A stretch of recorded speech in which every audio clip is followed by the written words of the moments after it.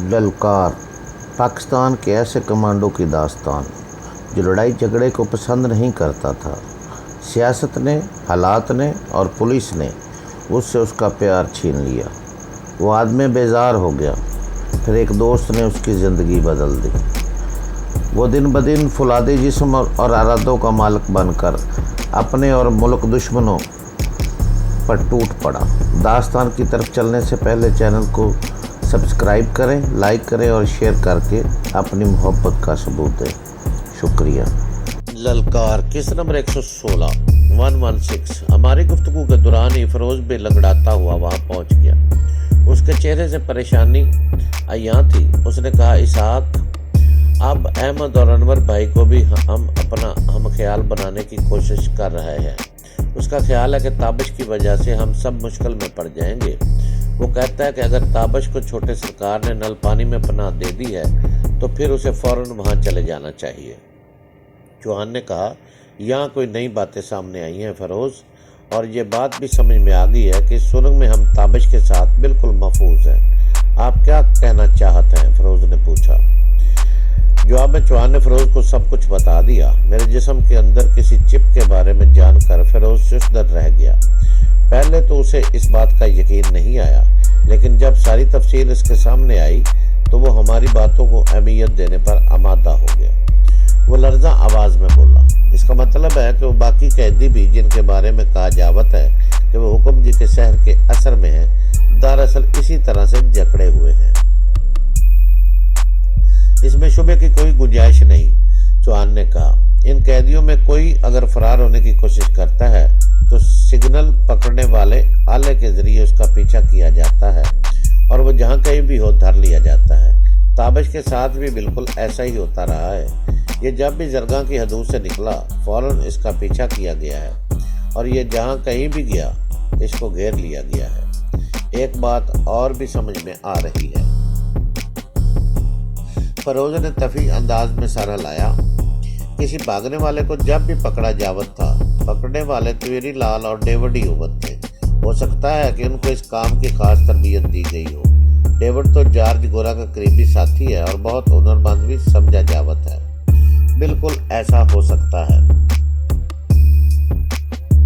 चौहान ने तायद की।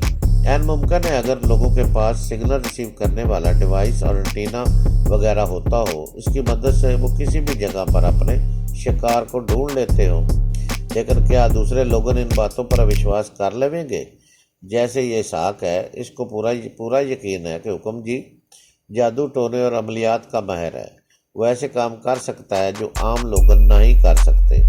इसके दिल में अजीब तरह का खौफ बैठा हुआ है। मुझे नहीं लगता कि हम आसानी से इसका खौफ निकाल सकेंगे। सच की अपनी एक ताकत होती है, वो आहिस्ता आहिस्ता खुद को मनवा लेता है।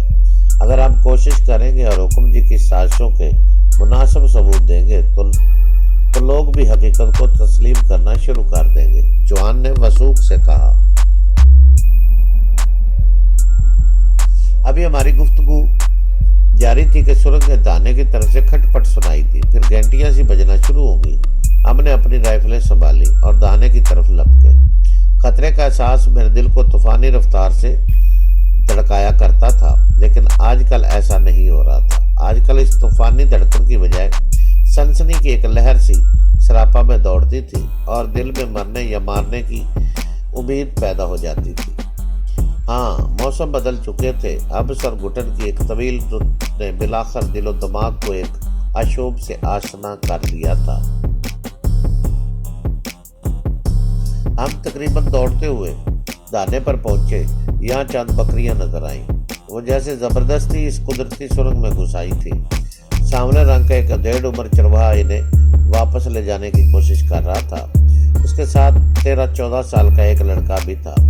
बकरियों के गले में बंधी हुई पीतल की घंटियों की आवाज पूरी सुरंग में गूंज रही थी। चरवाहे को देखकर चौहान ठटक गया और बोला, मैं इसे जानता हूँ। मेरा ख्याल है ये इत्तेफाक से यहाँ नहीं आया, ये कोई चक्कर है।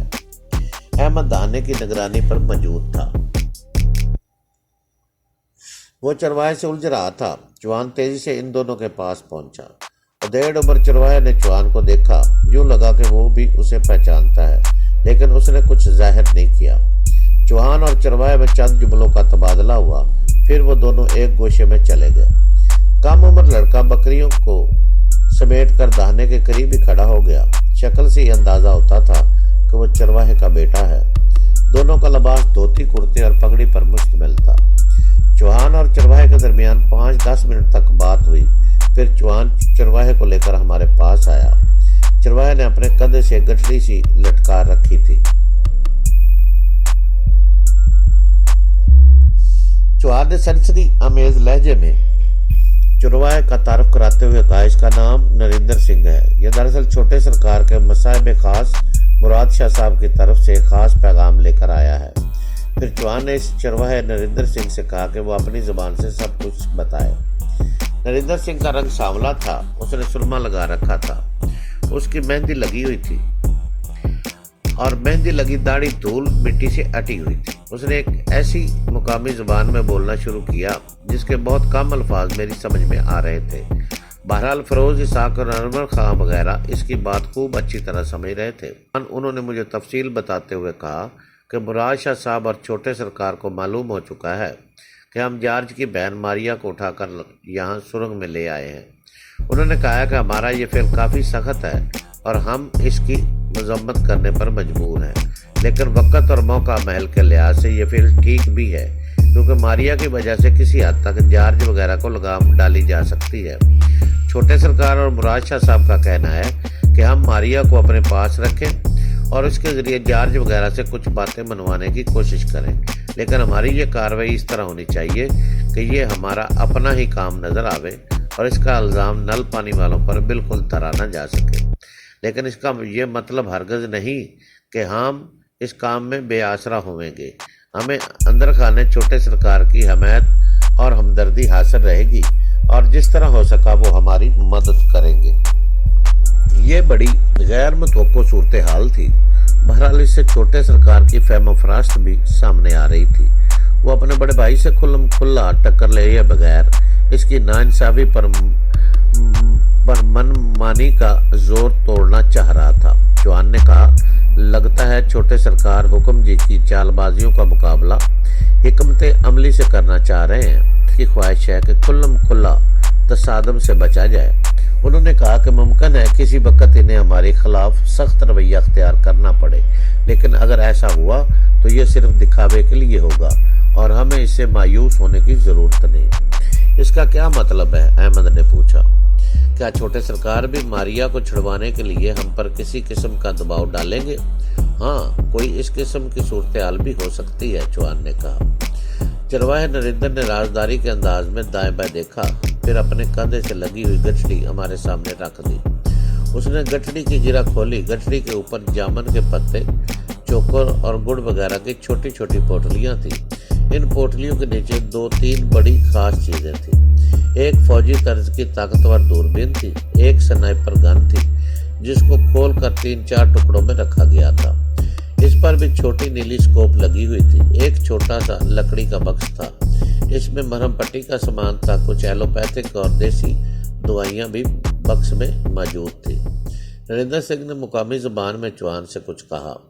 चौहान ने उसका तर्जमा करते हुए मुझे बताया कि नरेंद्र बता रहा है कि छोटे सरकार और मुराद शाह साहब ये चाहते हैं कि हम अब मारिया के अगवा को राज में न रखें और इसकी जिम्मेदारी कबूल कर लें। इसकी वजह? मैंने पूछा। वजह यह है कि जो हमारे ज़हन में भी आती है। जरगा में हुक्म जी ने सुल्ताना के वालिद और बीमार भाई को पकड़ लिया है। वो इस वक्त जॉर्ज की जेल में है। इनके साथ कुछ भी हो सकता है। इसके अलावा भी जरगा के मुख्तलिफ इलाकों से 50-60 लोग पकड़े गए हैं। इन पर जॉर्ज के घर के सामने मुजाहरा करने, गोली चलाने और तोड़ फोड़ मचाने का इल्ज़ाम है। ये सब के सब मुसलमान हैं। इनमें अनवर खां के 3-4 रिश्तेदार भी शामिल हैं। अगर हम इन सब लोगों की जान बचाना चाहते हैं तो इसका तरीका एक ही है कि हम ऐलान कर दें कि मारिया हमारे पास है और इसकी ज़िंदगी तब भी महफूज रह सकती है जब रास्ते में लिए गए लोगों को नुकसान न पहुँचे। तो इसका मतलब है कि हमें हुक्म जी तक ये पैगाम पहुंचाना होगा कि लड़की हमारे पास है और इसका कोई सबूत भी देना होगा। अहमद ने कहा। बिल्कुल, अब यह ज़रूरी हो गया। अनवर खान ने गुफ्तगू में हिस्सा लिया। पैगाम किस तरह पहुंचाया जाए? मैंने पूछा। इसके اہلیہ کا کوئی بندہ ڈھونڈنا ہوگا جو پیغام رسانی کر سکے اور اس کی جان کو بھی کوئی خطرہ نہ ہو، انور خان نے کہا۔ کیا ہم اپنے ٹھکانے کو اب بھی خفیہ رکھیں گے؟ اسحاق نے پوچھا۔ ہمیں ایسا کرنا تو چاہیے، لیکن میرے خیال میں اب ہم نہیں کر سکیں گے، چوہان بولا۔ جب یہ پیغام رسانی شروع ہوگی تو پھر اس ٹھکانے کو چھپایا نہیں جا سکے گا۔ ویسے بھی چھوٹے سرکار اور مراد صاحب کی طرف سے اطلاع ہے کہ حکم جی کے کرندے اس سرنگ کے آس پاس پہنچ چکے ہیں اور چپے چپے پر ہماری تلاش ہو رہی ہے۔ وہ لوگ کسی بھی وقت سرنگ کا کھوج لگا سکتے ہیں۔ نریندر سنگھ اب جلدی جانے کی فکر میں تھا۔ اس نے بتایا کہ وہ یہاں سے تھوڑے ہی فاصلے پر ایک بارشی جھیل ڈومیل کے کنارے پر رہتا ہے اور اس علاقے میں بھیڑ بکریاں چراتا ہے۔ اس نے کہا اسے جیسے ہی موقع ملے گا وہ چھوٹے سرکار کو پیغام ان تک پہنچانے کی کوشش کرتا رہے گا۔ وہ کافی تناؤ بھری اور پرجوش رات تھی۔ ماریا کی صورت میں ہمارے پاس ایک ایسا ترپ کا پتہ آیا تھا جس سے ہم حکم جی جیسے شخص کے پسینے چھڑا سکتے تھے۔ چھوٹے سرکار اور مراد صاحب نے برملا ہمیں یقین دلایا تھا کہ زرگاں والے ماریا کی جان کا خطرہ کسی بھی صورت مول نہیں لیں گے۔ اب اسحاق کو بھی احساس ہو رہا تھا کہ اگر ماریا کو مار ڈالتا تو یہ کتنا بڑا نقصان ہوتا۔ آدھی شب کے وقت لالٹینوں کی مدھم روشنی میں ہم ساتوں کے درمیان پھر طویل گفتگو ہوئی۔ اس میں آئندہ کا لائے عمل تیار کیا گیا۔ سب سے اہم سوال یہ تھا کہ حکم جی تک یہ پیغام کس طرح پہنچایا جائے کہ ماریا ہمارے پاس ہے، اور اس کے بدلے میں ہمارے مطالبہ یہ ہے۔ احمد نے اس سلسلے میں اپنی خدمات پیش کرتے ہوئے کہا، یہ کام کرنا میں چاہوں گا۔ وہ یقین ہے کہ حکم جی اور جارج مجھے کوئی نقصان نہیں پہنچا سکیں گے۔ وہ میرے پیچھے میری برادری کا ہاتھ ہے اور سب جانتے ہیں کہ حکم جی کے سپاہیوں میں میری برادری کے لوگن خاص عہدوں